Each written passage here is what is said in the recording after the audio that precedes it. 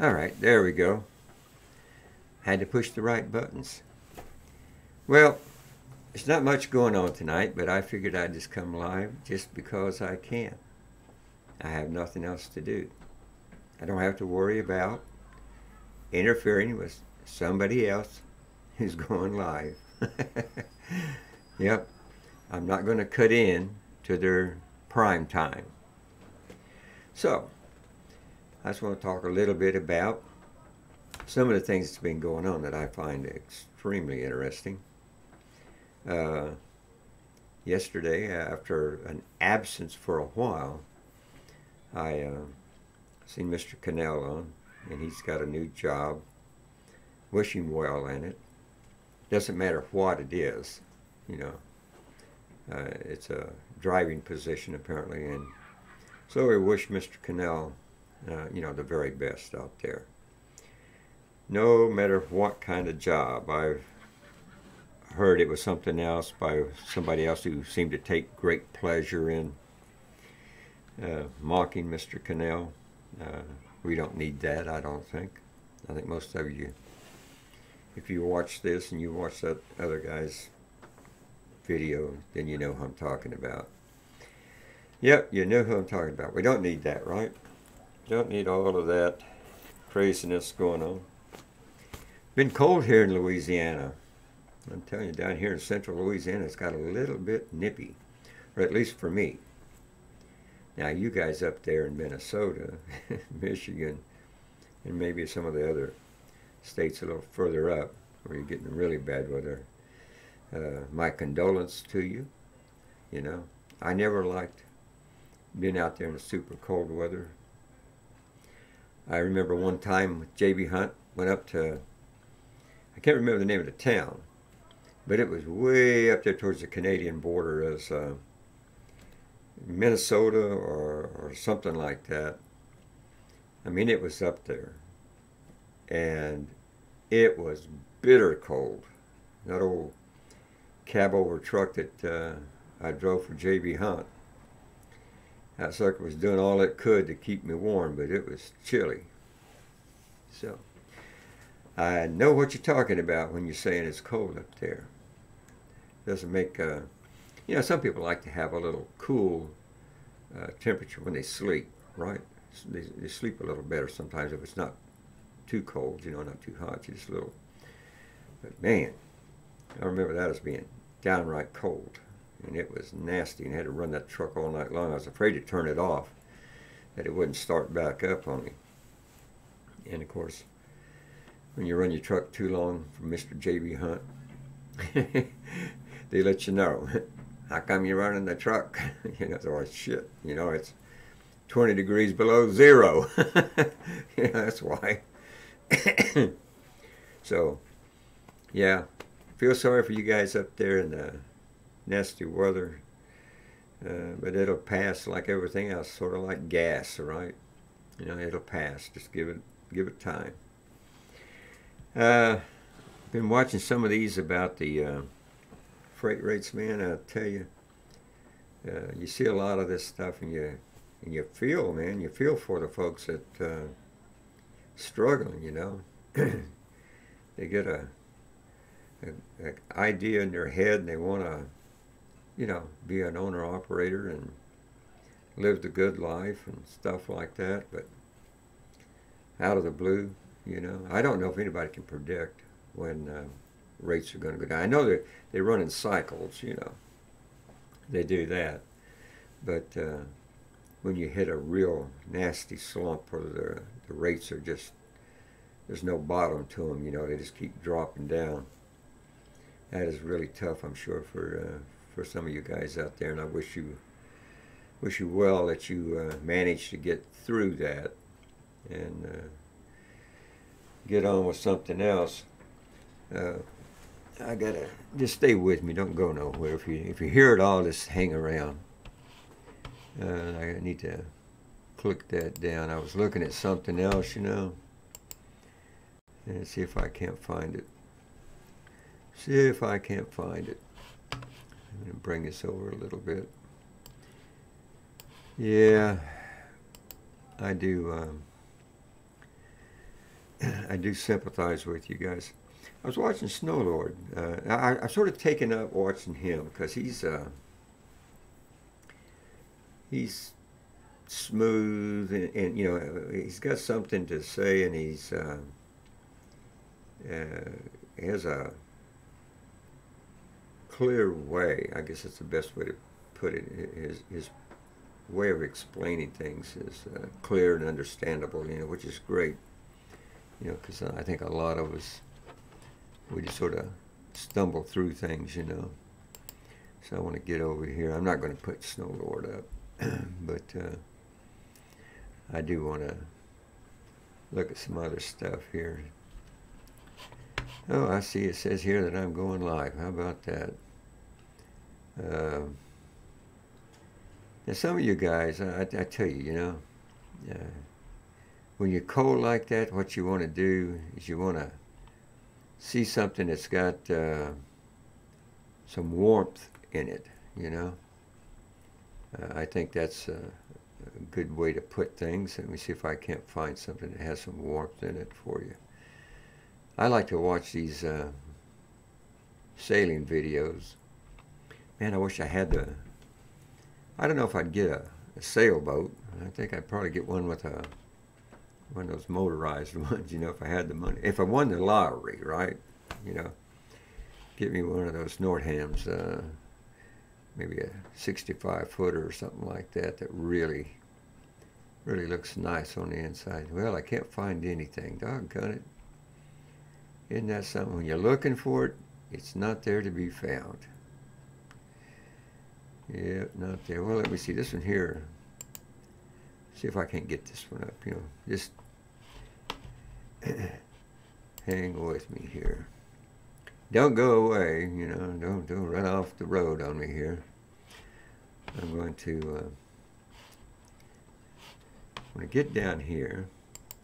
Oops, that's something else. That would be something else. Out the mother of them all. Okay, I don't know if you can. There's a boat here to fit the personal needs of almost everyone. This is a Nordhaven. Some boaters are inspired by naked horsepower and speed.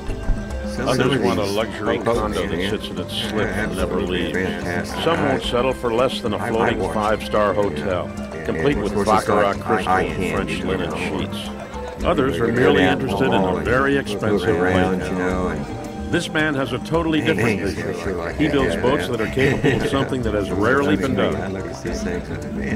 Up to now, ocean crossings for the average person have been limited to cruise ships like this one. It's great fun, but it's almost as if they never left Las Vegas.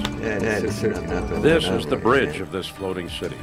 The watch officer is curious about this radar picture. His ship is 1,000 miles from the closest land or from any known fishing grounds. Yet there appears to be a fleet of small boats out there. What we're looking at is something that has never happened before, but is happening now because of the passionate determination of a group of ordinary people doing something that is anything but ordinary. This is not the Miami Boat Show. We're 30 miles north in Fort Lauderdale, and these boats are getting ready to cross an ocean. Mostly captained by people who could be, you know, throw your fishing rod out the back and just enjoy the heck out of that. You know, I'm too old to have any good-looking women with me, but might be able to catch a fish or two. You know, so boy, that would be sweet. That would be sweet. It's a little dark outside. You can't see much. Cars going by. That's about it. A while ago, I had a bunch of loud people out there. Kids, you know, I would say they're under 16, excuse me, running around making some noise. But, you know, earlier today when it's bright, when it's daylight, you know, you can see the street and stuff like that. Sometimes you get a chance to see a squirrel or two run by. But, you know, getting back to the deflation of the rates and stuff like that. You know, some of these guys, now I watched, I guess it's been over a week now. Big Yeti had a nice little video on where he was talking with one of his drivers, I think, and the brokers, and he was trying to get some good trips for his drivers, you know. And he had two screens, the way I understood it. One for like the dispatch side, I believe, and the other like a broker kind of thing, you know, so he could see some loads were what the broker was paying and what the driver was going to get, you know, a big discrepancy in there. And I've seen that, and now, obviously, I think anyway, it's clear that the broker agent, whatever, is not going to give the load away. They're there to make money too, and so now it becomes it becomes one of those things, is what is fair and equitable, you know. I watched one where Will had a video going where he was showing some things on the screen, you know, and trying to get a good rate for a driver, you know. And I thought that was interesting. I don't normally watch excuse me, bronchitis. I don't normally watch a lot of his, but that was interesting. So trying to bump it up a little bit for him, you know. So the curiosity came to me. I said, well, what about Traveloka and stuff like that? You know, I mean, Will he was saying that the rates were down. So I was wondering if they were experiencing pretty much the same thing that was going on with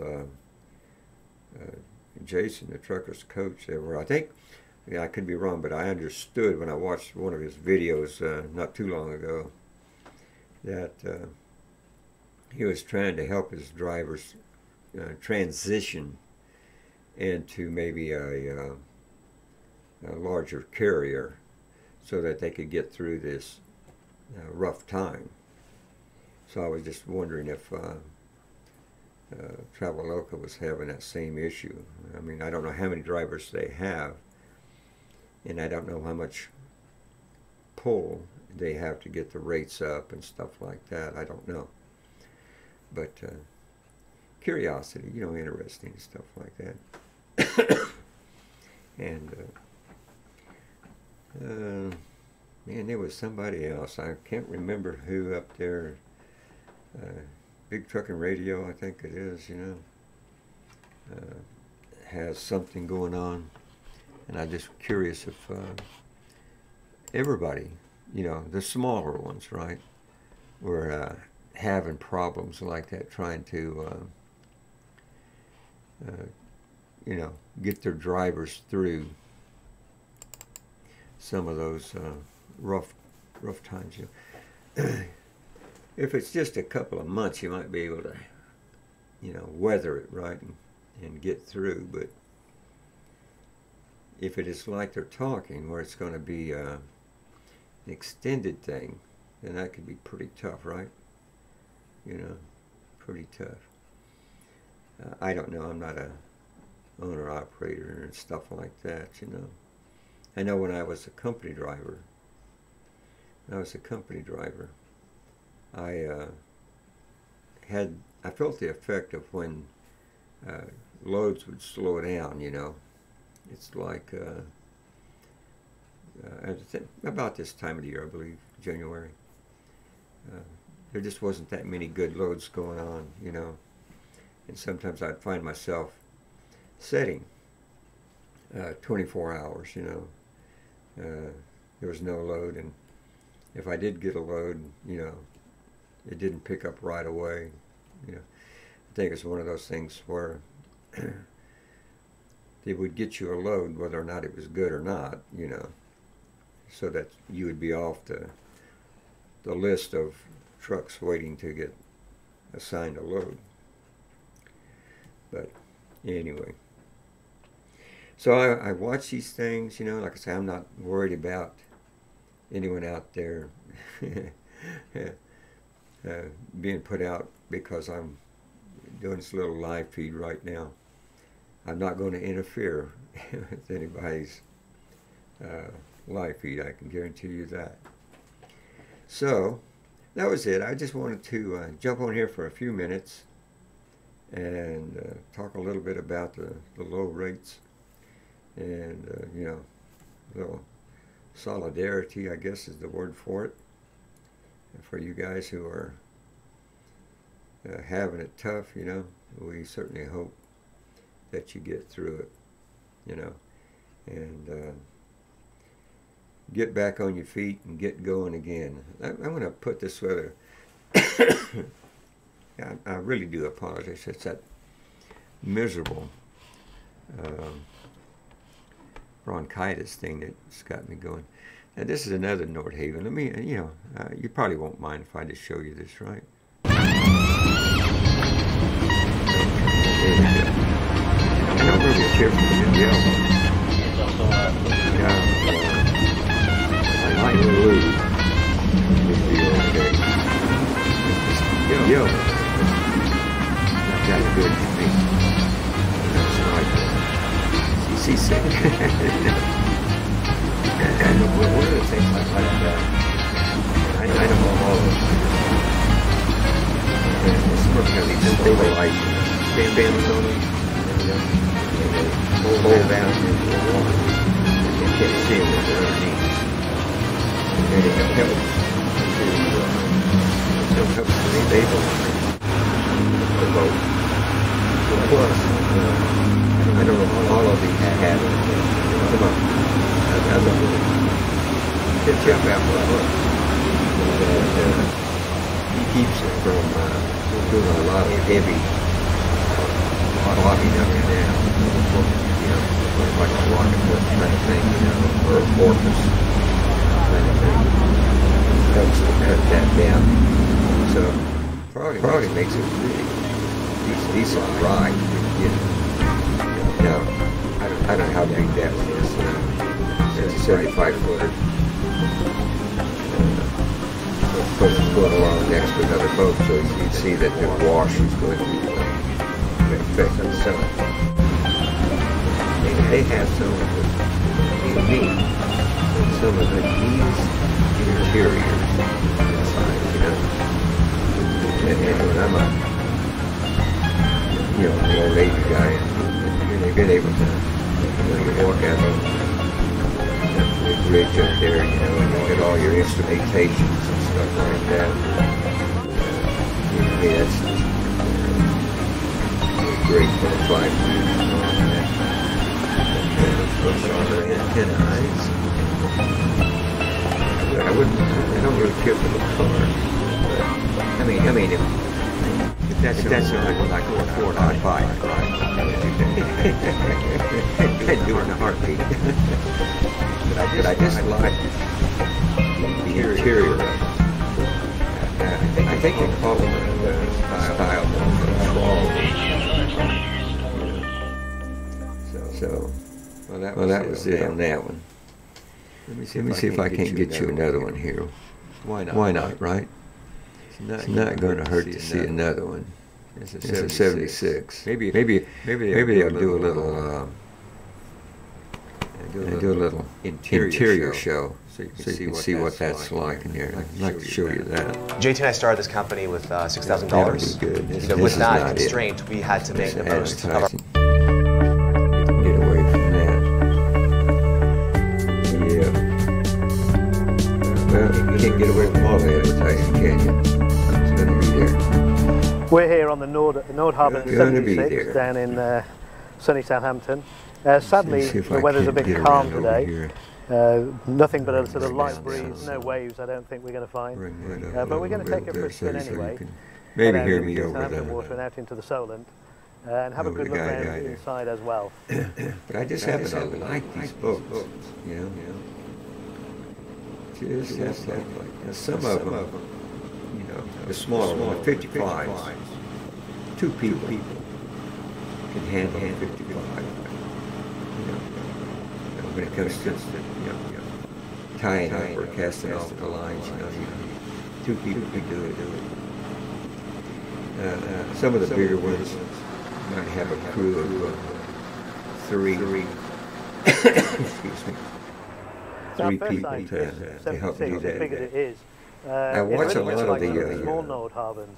You know, you've got the sailboats, you know, and some of those are pretty nice. Chunky.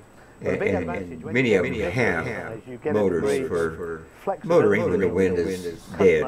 There's nothing out there for them to get their sails into. This overhang can be brought right to the back. But these here are, you know, wider. If you're spending a lot of time outside in the comfort. And similarly, major change. You've got a walkway on the starboard side here, but you cannot have a second good sailboat, you know, a 45, port side, or this somewhere around there, you know, 30 to 45 feet. You can extend out to give you more space in the saloon.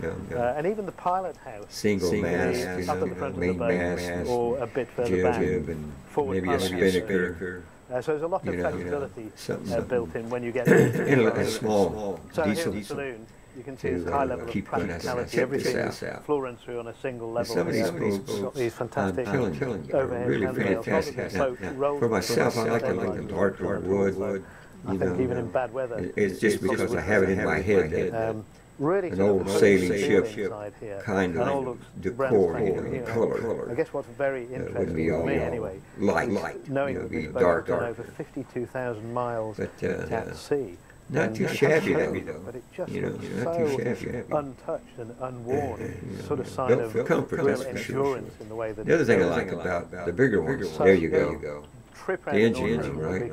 You can stand up in it. Some of the sailboats, and as usual, I mean, sort of fantastic. It's a small diesel to begin with, but it's stuck down there towards the bottom, and it's hard to get to. This isn't a typical installation. This boat has remove paneling and stuff like that to get to where the engine is at. But also the standard. Now I have no idea what one of these things would cost. Big single and the wing. If you won the big lottery, it probably cost you half of it. I'm just saying, for eye candy, you know, it'd be nice to have, a great thing to look at. Marinas and doing more. And I would certainly on these sort of boats. Certainly like to look at that. Okay, well I thought I'd just show you. There isn't anything. I see the car out there, but the sun has gone down. Street light is not all that great. I might be able to lighten it up. I'm gonna. Here we go. I just needed to find out what that was. I'm gonna jump over here and see if I can't get a. It's a little bit lighter, but. You know, not much, right? Okay. There you go. Put a little more light on it. Yep, I see a couple people walking there. Yeah. Now it's chilly outside. I don't know what the heck these people do. You're walking around here. Yeah. Walking out through there. I, you know, get to see all kinds of stuff around, you know, in the neighborhood. Yeah, I can tell you right now, I do not live in Beverly Hills or down there in Florida, in the fancy parts of town there. Nope. Not for me. Not living there. So, but you know, you take what you got, you go on with it, right? Yeah, boy. Okay, listen, I've been on this thing now for about 25 minutes and ain't nothing going on. I just wanted to pass along my best wishes for those guys who are trying to hang in there and be tough, you know, get through the rough times with their truck, and that they do well. All right, let me get out of here. As always, you know, you guys be safe out there on the road, especially now. I watched that thing with Snow Lord, and he was saying that it was nasty out there in the parking lot of that truck stop. So as the night comes on and excuse me, the weather drops, things can get nasty. Make lots of money out there. That's what you're there for. Get home to your family and friends. That's what it's all about. All right, I'm going to put my little exit screen on, and we will see what comes about.